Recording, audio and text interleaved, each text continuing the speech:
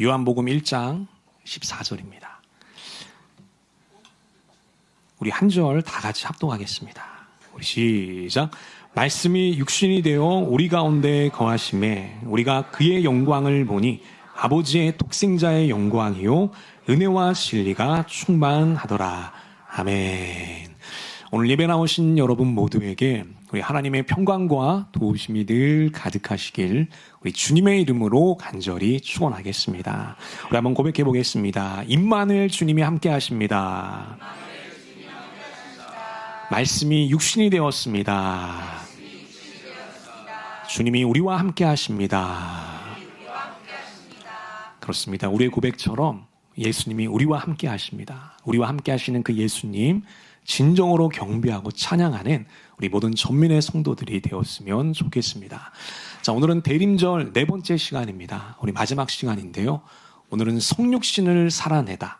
성육신을 살아내다. 이 제목 가지고 우리 함께 말씀을 나눠보겠습니다. 여러분, 세계적으로 유명한 조각상 하나가 있습니다. 이탈리아 베드로 대성당에 있는 조각상인데요. 아마 여러분들도 한두 번쯤은 다 보셨을 겁니다. 자, 바로 이것입니다. 미켈란젤로의 이 피에타 상입니다. 마리아와 예수님의 모습을 조각한 것이죠. 예수님이 십자가에서 내려져서 이제 어머님 마리아의 품에 안겨져 있는 모습입니다. 굉장히 슬프면서도 아름다운 작품이라고 할 수 있습니다. 자, 여러분들은 혹시 이 피에타가 무슨 뜻인지 알고 계십니까? 여러분, 이 피에타는요, 이탈리아어로 자비, 연민, 슬픔이란 뜻입니다. 그러니까 어머님 마리아의 품에 저 죽은 아들이 안겨져 있는 그 애통함을 잘 묘사한 작품인 것이죠. 여러분, 이 작품에는요, 놀라운 점이 하나 있습니다. 흥미로운 점이 하나 있습니다. 그것은 바로 미켈란젤로의 나이입니다. 자, 미켈란젤로가 저 피에타를 조각했을 당시, 그때 그의 나이는 몇 살이었을까요? 여러분, 그의 나이는요, 겨우 24살이었습니다. 24살 때 저렇게 엄청난 그 작품을 만들었던 것이죠. 저는 24살 때 뭘 하고 있었나? 잠깐 제 자신을 돌아보는 시간을 가졌습니다. 어쨌든 이 천재적이면서 패기 넘치는 이 젊은 청년 미켈란젤로는요, 그 어린 나이에 이렇게 경이로운 작품을 남길 수가 있었던 것입니다. 자, 그러면 이 피에타를 보게 되면 또 하나 놀라운 부분이 있습니다. 자, 그것이 뭐냐면 바로 예수님의 몸입니다. 자, 바로 이것이죠. 여러분, 이 미켈란젤로는요, 예수님의 몸을 표현할 때 단순히 이 형체만을 조각하지 않았다는 거예요.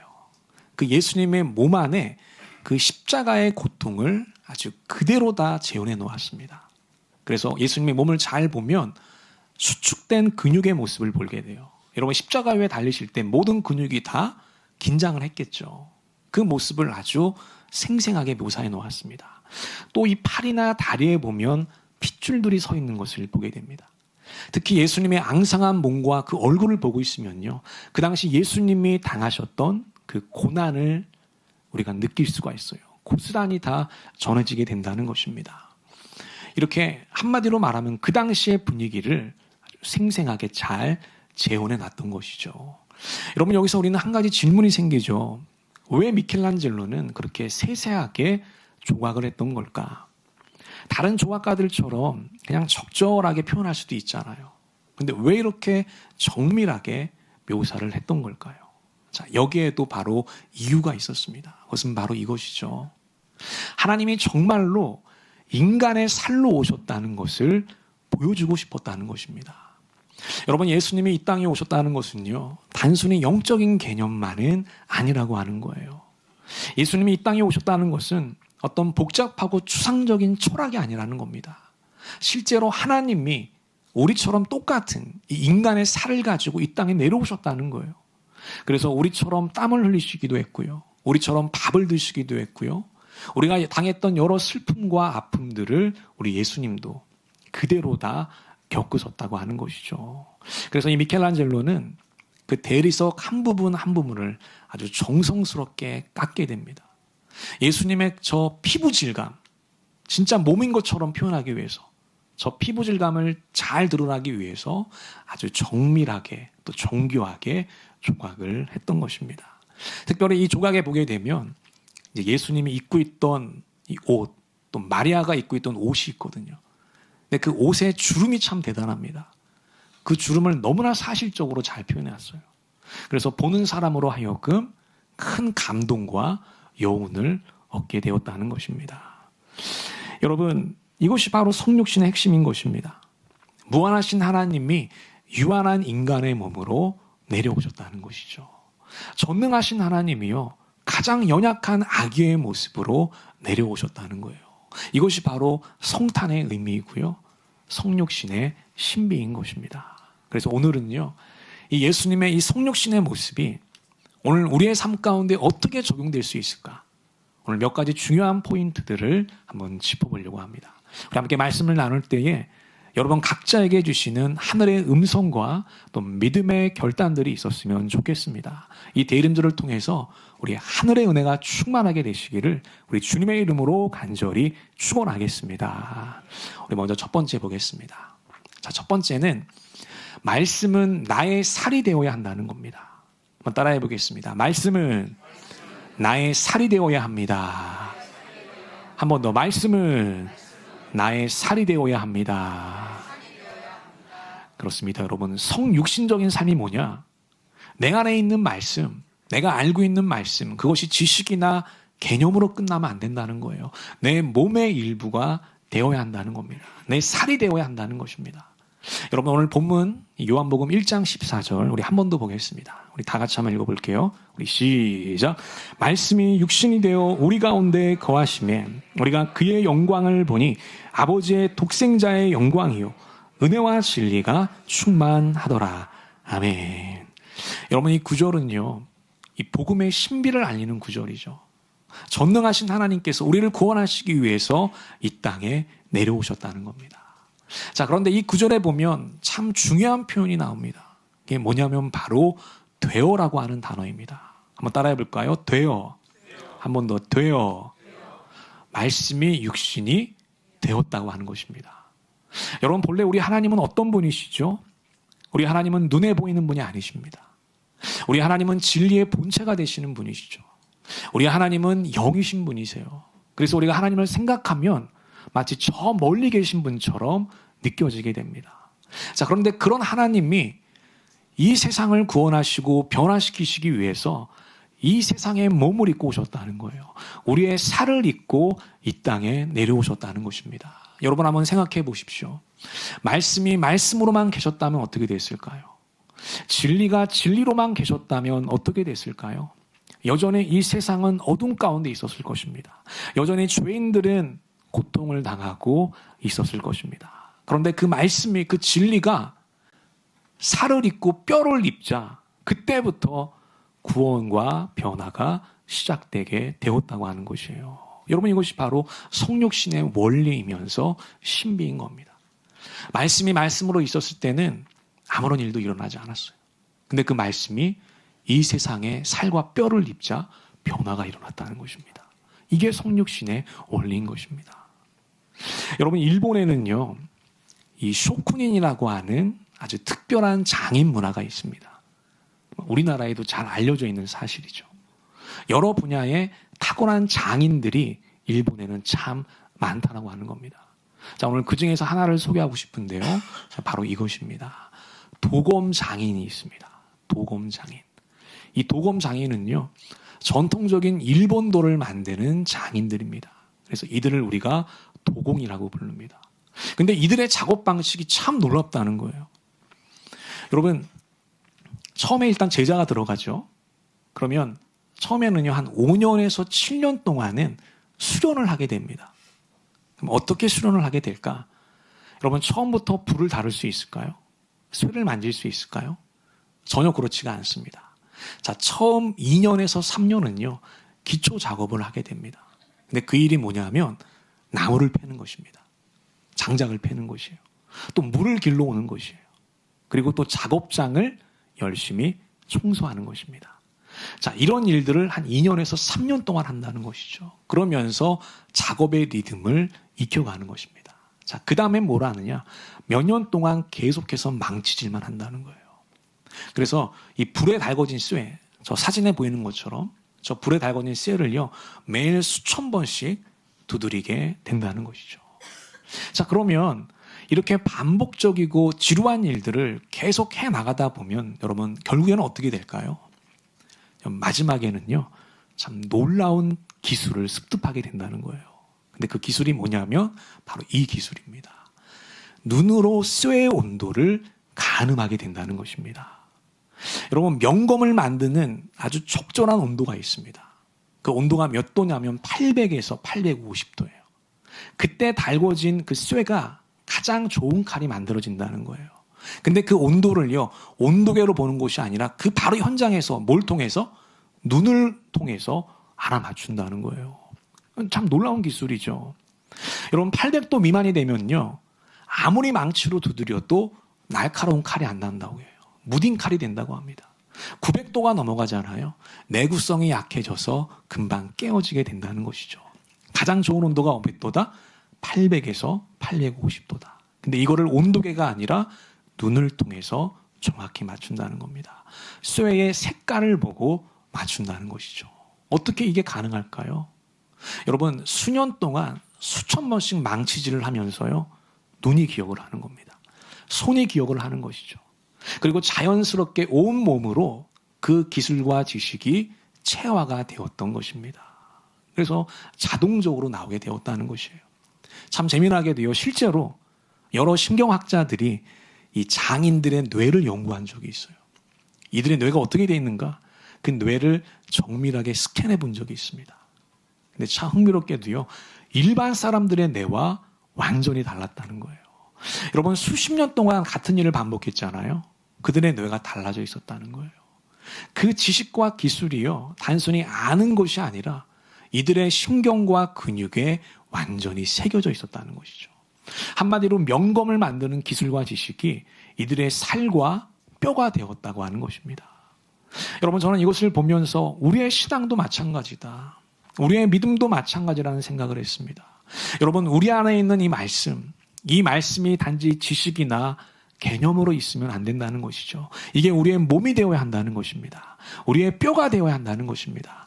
우리의 살과 힘줄이 되어야 한다는 것이에요. 그때 그 말씀의 능력이 나타나서 그것으로 세상을 구원하고 변화시킬 수가 있게 된다고 하는 것입니다. 여러분, 앞서 얘기했죠. 우리 예수님도 마찬가지셨습니다. 우리 예수님은 말씀이시죠. 진리 그 자체이십니다. 근데 그 말씀과 진리 자체로 계실 때는 아무 일도 일어나지 않았어요.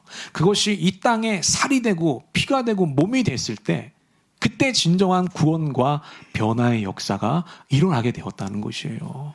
우리도 마찬가지 아니겠습니까? 우리 안에 있는 그 말씀이 성육신 되어야 한다는 거예요. 말씀이 드러나야 한다는 겁니다. 그때 이 세상을 변화시키고 구원하는 하나님의 일꾼으로 세워질 수가 있다고 하는 것입니다. 저는 우리 모든 전민의 성도들이요, 이번 대림절을 통해서 여러분 안에 있는 그 말씀들이 성육신 되시기를 우리 주님의 이름으로 간절히 축원하겠습니다. 말씀이 드러나기를 축복합니다. 그 말씀이 구체화되기를 주님의 이름으로 간절히 축원하겠습니다. 그때 능력이 나타나는 것이에요. 그때 구원의 역사와 변화의 일들이 흘러가게 되는 것입니다. 그래서 여러분, 이번 한 주는 우리가 한 단어를 좀 생각했으면 좋겠습니다. 하나님이 여러분들에게 주시는 감동들이 있을 것입니다. 그 한 단어를 붙잡고 살아갔으면 좋겠습니다. 예를 들면 이번 한 주 나는 경청이라는 단어를 정했다. 그러면 그 경청의 말씀을 드러내는 삶을 사는 것이죠. 이번 한 주를. 그래서 배우자나 혹은 동료들이나 우리 주변 사람들의 말을 경청하는 겁니다. 눈을 보고 듣는 것이고요. 스마트폰을 내려놓는 것이죠. 잘 듣고 이해하기 위해서 경청하는 것이에요. 그때 그 경청의 말씀이 우리의 살이 되는 것이고 뼈가 되는 것입니다. 그때 말씀이 능력이 흘러나가서 우리가 세상을 바꾸는 하나님의 거룩한 일꾼들이 되어지게 되는 것입니다. 여러분 모두에게 그런 은혜가 있게 되시기를 우리 주님의 이름으로 간절히 기도하고 축원하겠습니다. 이번 한 주 하나님이 주시는 그 감동적인 단어 하나를 붙잡고 살아가게 되시기를 주님의 이름으로 간절히 축복하겠습니다. 두 번째 한번 보겠습니다. 두 번째는 이것이죠. 우리의 평범한 일상을요, 거룩한 베들레헴으로 바꿔야 한다는 것입니다. 우리의 평범한 일상을 뭘로 바꿔요? 거룩한 예루살렘으로 바꿔야 한다는 거예요. 여러분, 이 성육신적인 삶이 뭐냐? 바로 우리가 서 있는 그 모든 일상의 자리에서 하나님을 예배하는 것입니다. 자, 우리 오늘 누가복음 2장 20절 다 같이 한번 읽어보겠습니다. 우리 시작. 목자들은 자기들에게 이르던 바와 같이 듣고 본 그 모든 것으로 인하여 하나님께 영광을 돌리고 찬송하며 돌아가니라. 아멘. 여러분, 이 구절은 참 이 성탄을 알리는 너무나도 유명한 구절이죠. 단골로 나오는 말씀입니다. 근데 이 구절에 보면 메시아를 목격한 그 당시 목자들의 모습이 잘 기록이 되어 있습니다. 이 목자들은요, 메시아만 본 것이 아니에요. 하늘의 천사들도 봤습니다. 천군 천사들이 하나님을 예배하는 장면을 봤어요. 엄청난 체험을 한 것입니다. 거기다가 이 땅에 내려오신 그 말구에 누우신 예수님까지 보게 됐죠. 어마어마한 영적인 체험을 했다는 것입니다. 자, 이런 체험을 했던 이 목자들이 여러분 그 다음 행보는 어떻게 됐을까요? 이 엄청난 영적 체험을 했던 목자들이 여러분 기도원으로 들어갔을까요? 아니면 광야로 가서 수도사가 됐을까요? 아니면 성전으로 달려가서 성전 봉사자가 됐던 것일까요? 그게 아니죠. 성경은 답을 말해주고 있습니다. 오늘 본문에 보니까 뭐라고 나옵니까? 돌아가니라 이렇게 돼 있어요. 목자들이 어떻게 했다고요? 돌아가니라 이렇게 돼 있어요. 한번 따라해 보겠습니다. 돌아가니라. 한번 더 돌아가니라. 여러분, 여기서 이 돌아갔다고 하는 말은요, 평소 하던 대로 자기 일상의 자리로 돌아갔다는 것입니다. 그 양 냄새가 나는 자리로, 그 우유 냄새가 가득한 그 자리로, 밤공기가 차가운 그 척박한 들판의 자리로 다시 돌아갔다는 것이죠. 근데 여러분, 돌아갔지만 이 목자들은 예전의 목자가 아니었다는 거예요. 자기 일상의 자리는 그대로였지만요, 이들의 마음은 달라졌죠. 하나님을 향한 영광과 찬양으로 가득하게 됐어요. 그리고 메시아를 봤잖아요. 아, 하나님이 우리와 함께 하시는구나. 드디어 하나님이 우리를 돌봐주시는구나. 이런 강한 믿음을 갖게 되었습니다. 그리고 하나님 구원 사역의 첫 번째 목격자로서 서 있을 수 있게 된 것이죠. 그러니까 그 일상의 자리에서 하나님을 예배하는 거룩한 예배자로 변모하게 되었다는 것입니다. 여러분, 우리 예수님은요, 공생애를 몇 년 하셨죠? 3년 하셨습니다. 자, 그 3년 공생애를 위해서 몇 년을 기다렸을까요? 30년을 기다렸던 것이죠. 여러분, 우리 예수님은 그 30년 동안 무엇을 하셨을까요? 죽은 자를 일으켰을까요? 병든 사람을 고쳐주셨을까요? 아니면 산상보훈처럼 아주 심오한 진리의 말씀을 가르쳐 줬던 걸까요? 다 아니죠. 예수님은 30년 동안은요, 대추나무를 깎으셨습니다. 대패질을 하셨습니다. 많은 사람들을 만나며 흥정하며 기구들과 가구들을 판매하셨던 것이죠. 그럼 왜 이 30년 동안 그렇게 목수의 생활을 감당했던 걸까? 그럼 그 이유가 있다라는 거예요. 그 이유가 바로 이것입니다.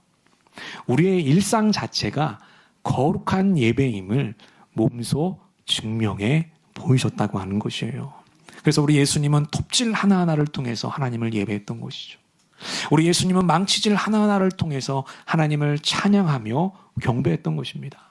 그래서 예루살렘 성전이 아니라 그 나무 창고가, 그 목공 창고가 하나님을 만나고 예배하는 거룩한 예배의 장소가 되었다고 하는 것이에요. 여러분, 17세기를 살았던 이 네덜란드에 유명한 화가가 있습니다. 바로 요하네스 베르메르라고 하는 사람이에요. 자, 이 화가는 아주 독실한 기독교 신자였습니다. 여러 작품들을 남겼는데 그 중에 가장 유명한 작품이 하나 있습니다. 바로 이 그림입니다. 제목이 뭡니까? 우유 따르는 하인입니다. 제목이 뭐라고요? 우유 따르는 하인이에요. 여러분, 이 그림에 보면 그 어떤 권력계층도 나오지 않고 있죠. 왕도 나오지 않고 있고요.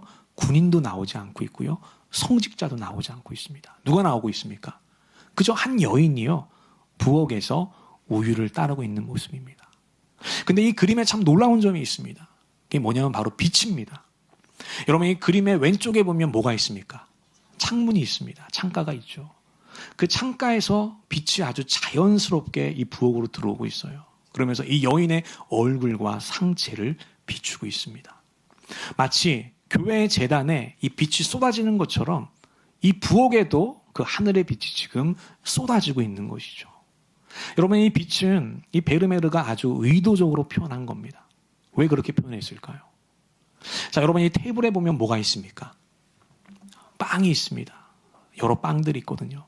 근데 이 빵은요, 신선한 빵이 아니에요. 아주 오래되어서 딱딱해진 빵입니다. 어떻게 알 수 있냐면 지금 이 여인이 뭘 따르고 있죠? 우유를 따르고 있습니다. 여러분, 이 당시 네덜란드에서는요, 아주 오래된 빵을 버리지 않았어요. 이 빵이 사실 딱딱해지잖아요. 먹기가 힘들거든요. 근데 그 빵을 버리지 않고 어디에 찍어서 먹었을까요? 우유에 찍어서 먹었던 거예요.